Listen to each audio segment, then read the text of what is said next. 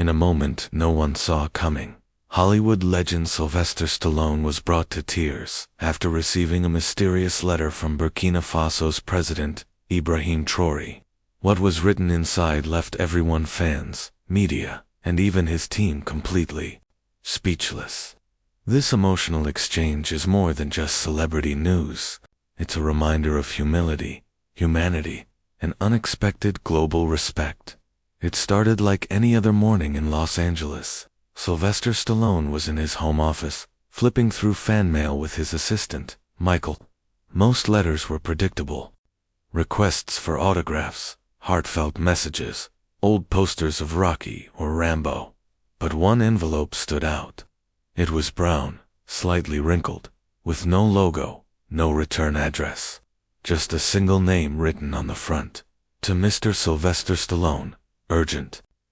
Michael almost tossed it aside, thinking it might be a prank, but something made Sly pause. "Wait," he said, "give me that one." He opened it slowly, carefully. Inside was a single sheet of paper, handwritten. The ink was neat, elegant, unexpected. At the bottom of the letter was a signature in bold: Ibrahim Traoré, President of the Transition, Burkina Faso. Stallone stared. Burkina Faso. He hadn't even heard that name in a long time. He looked at the words again, his eyes blinked hard, then without saying a word, he began to cry. Michael sat in stunned silence. "Sly, what is it?" he asked. But Sylvester didn't answer immediately. He was still gripping the letter as if it might float away if he let go. Finally, in a quiet voice, he began to read. "Dear Sylvester, I am not writing to you as a politician. I am writing as a son, a boy who sat in a broken classroom in the heat of Burkina Faso, watching a grainy black and white TV. That was the first time I saw you. You were running through the streets, fighting, falling, getting back up.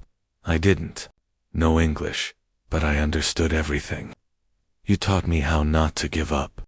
You made me believe I could fight back against hunger, against war, against fear.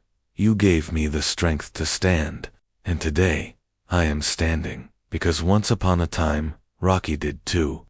Sylvester stopped reading. Tears dripped down onto the letter. He covered his face. "I don't even know this man," he whispered.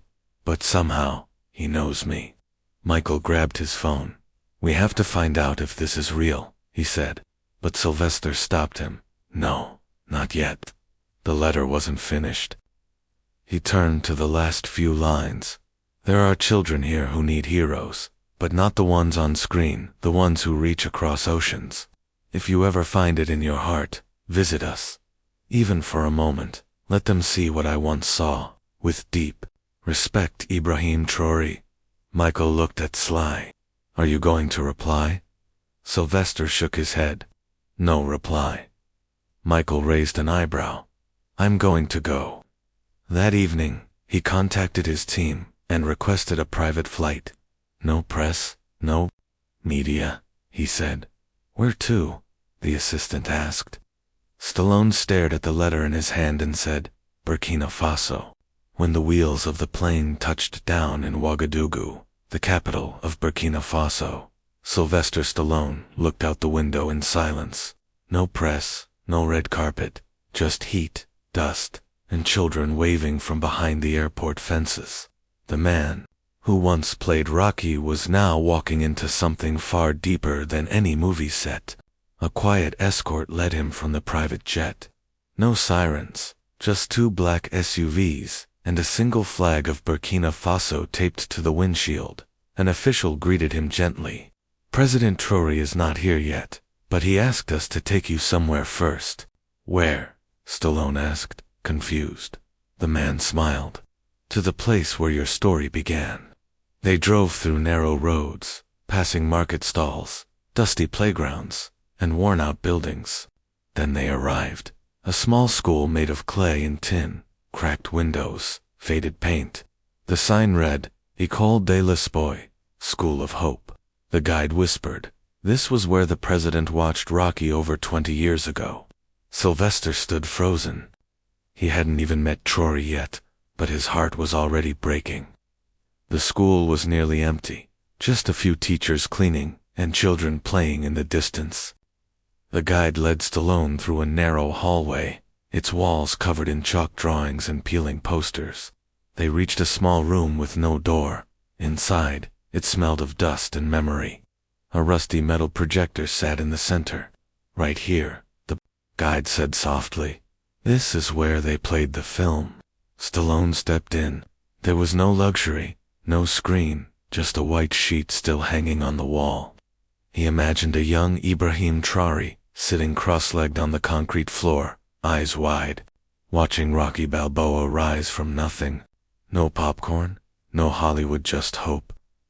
Suddenly, a little boy entered, barefoot and curious. He looked at Stallone with big eyes. "C'est toi, Rocky," he whispered. Stallone bent down, touched the boy's shoulder, and smiled. "No," he said gently, "but I'm here because of you." Outside, the sun burned golden through the window. Inside, the past and present were touching hands. That evening, Stallone sat quietly in the guest house provided for him. He reread the letter from President Traoré over and over. Each word sank deeper than before. Then a knock came. It was a young woman in traditional dress. She handed him a small box, smiled, and left without a word. Inside the box was a wooden bracelet, hand-carved, simple, and a second letter. "Mr. Stallone, you don't owe us anything, but you've already given so much. Tomorrow, if your heart allows, I would be honored to meet you. Not as a fan, but as a friend, Ibrahim." Sylvester held the bracelet in his palm for a long time. This wasn't just about a movie anymore. It was about lives, about gratitude, about the power of stories told to people who had nothing but dreams. He looked up at the ceiling and whispered to himself, "This is the most important role I've ever played, and there's no script for it." The morning air in Ouagadougou was still, as if the whole city was holding its breath. At the presidential residence, there were no reporters, no cameras, and no media frenzy, just a table under a tree and 2 chairs. President Ibrahim Traoré waited, calm and smiling. When Stallone arrived, he didn't approach with celebrity pride. He walked with humble respect. They shook hands quietly.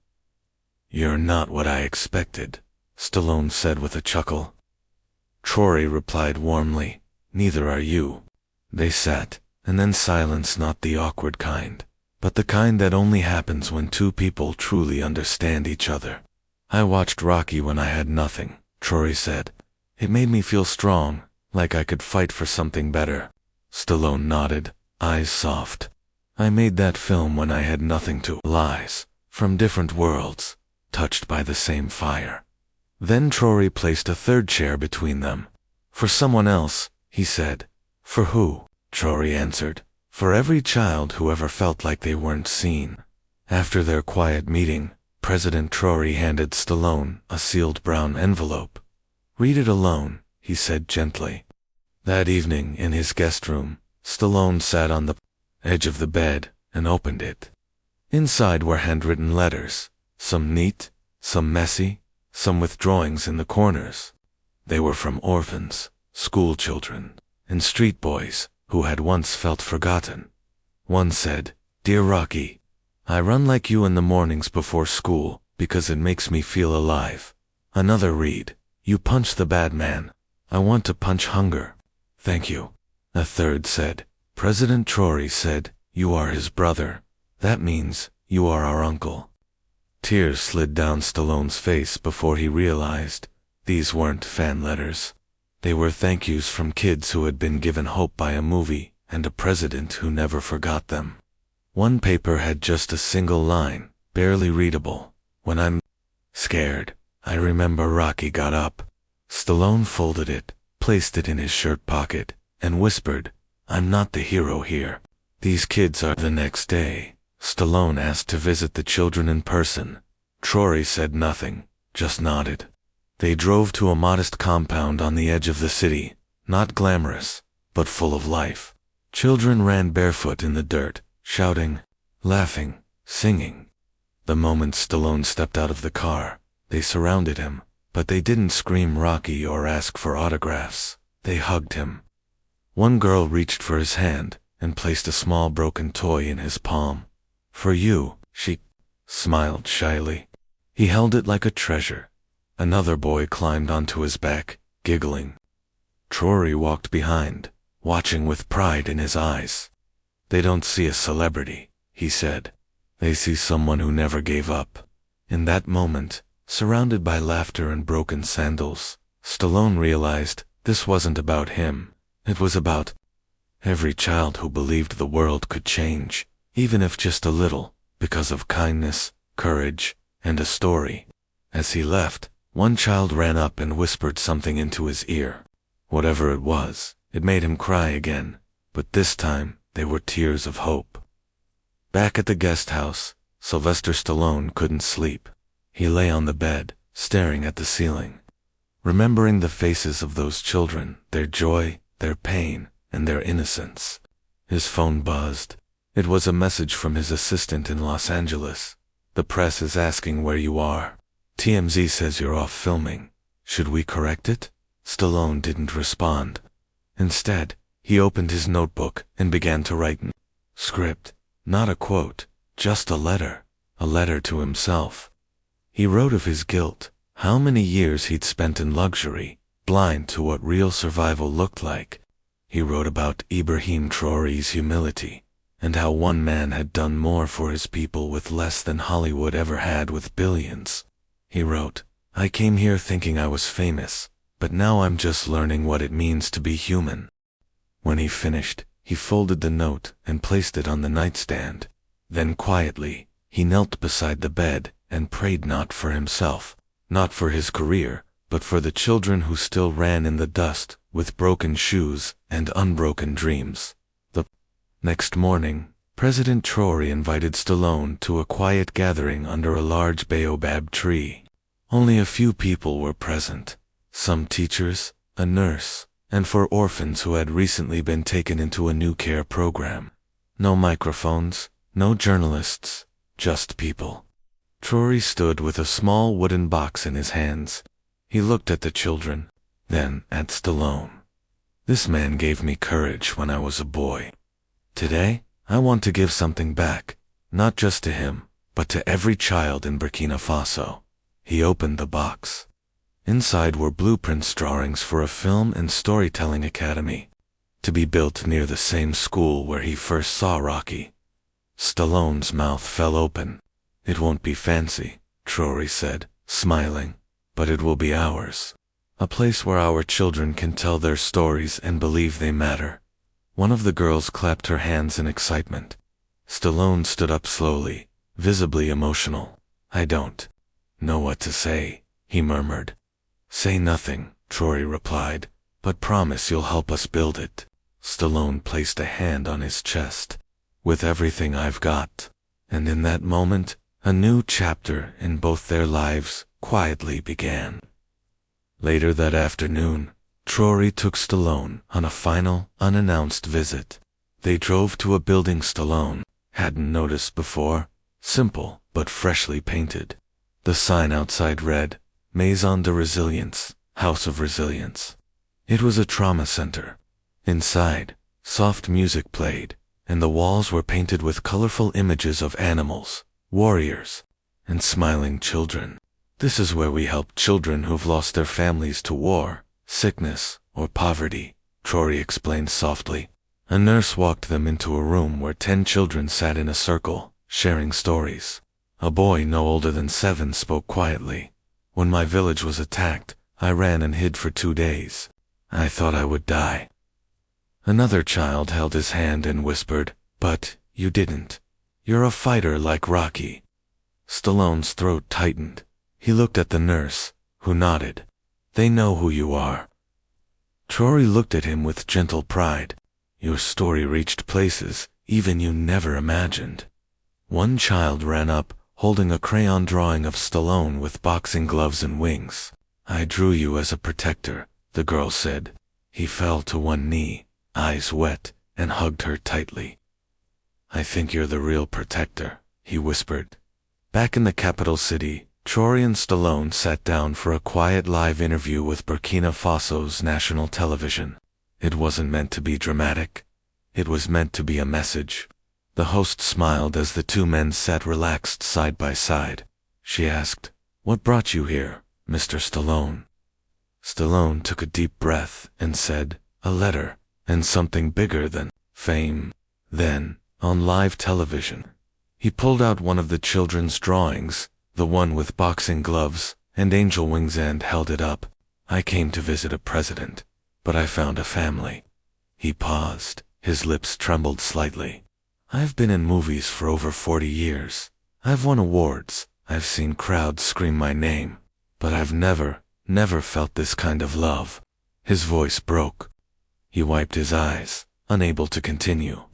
President Traoré gently placed a hand on his shoulder, saying, "It's because here, we don't love people for being stars. We love them for their hearts." And across the country, and later across the world, millions of people watched the Hollywood legend cry not out of pain, but out of overwhelming human connection. That night, Traoré did something unexpected. He invited Stallone to his home, not the presidential villa, but his childhood home, still standing in the dusty back streets of Ouagadougou. No guards, no press, just two men sitting on wooden stools, outside a small house under the stars.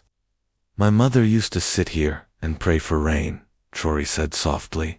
Stallone looked around. "You grew up here," Traoré nodded. "We didn't have much, but we had courage. That was enough." They ate simple, rice and grilled chicken, with laughter between bites. "People think presidents and actors live different lives," Traoré said. "But I think we're all just boys trying to protect what we love." Stallone looked up at the stars. "You know what this feels like. What a scene from a movie I never got to make." Traoré smiled. "Maybe now you will." And in that silent moment, red carpets, no golden statues, just two souls talking about pain, love, struggle, and hope, the world suddenly felt smaller and safer, and maybe, just maybe, stronger. On the last morning of Stallone's visit, before his flight, Traoré handed him a small box. "Open it when you're back in America," he said. Stallone boarded the plane, his heart full, his soul stirred. 12 hours later, in his Los Angeles home, he sat on his couch and opened the box. Inside was a folded Burkina Faso flag, stitched with children's signatures, and a note. "You came as a stranger. You left as family. You will always have a home in Burkina Faso." There was also a golden pin, carved with a lion and a rising sun. Stallone recognized the symbol. It was used only for national heroes. His hands trembled. He wasn't expecting that. Not from a president, not from a country he barely knew. He walked outside, looking at the stars, so different from Ouagadougou, yet suddenly familiar. And as tears rolled down his face, he whispered to himself, "This is the most important role I've ever played, being human." He didn't need applause. He had found something far greater. He had found belonging. 2 hours into his flight back to the U.S., Stallone sat quietly, staring at the window. He clutched the note Traoré had left in the gift box, but something in his heart felt unsettled. It wasn't guilt. It was unfinished purpose. He rang for the flight attendant. "Can this plane return to Burkina Faso?" he asked quietly. The captain was stunned, but Stallone insisted, "I left too quickly. I need one more day, just one." After a brief conversation with authorities, the jet rerouted when Traoré got the call. He was outside, speaking with local farmers about a water project. He smiled gently. "I knew he'd come back."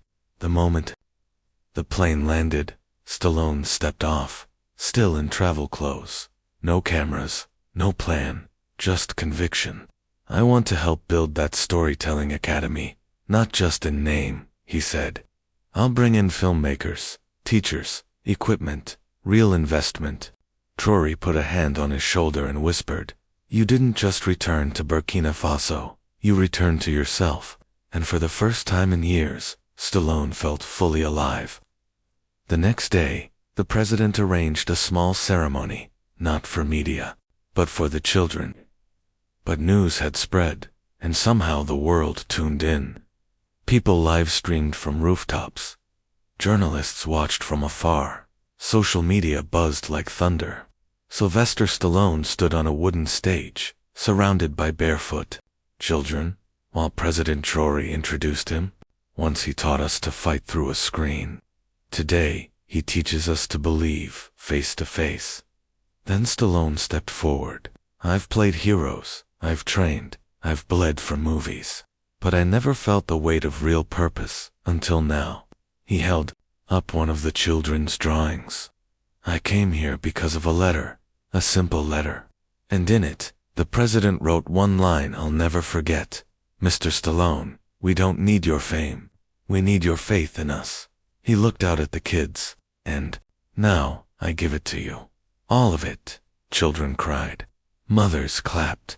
Even soldiers had tears in their eyes. And the world watched a man surrender his pride for something far greater, humanity. Back in Los Angeles weeks later, Stallone finally did something that would shock even his fans. He published the full contents of Traoré's original letter online. It read, Dear Sylvester, I was once a child in a war-torn village, scared and forgotten. One day, I watched a dusty copy of Rocky. You were bruised, bloodied, but you got up. You reminded me to fight. I became a soldier, then a leader. Not because I was fearless, but because I had hope. That hope came from you. Today, I ask you not for charity, but for solidarity. Come meet the children who still carry that same fight.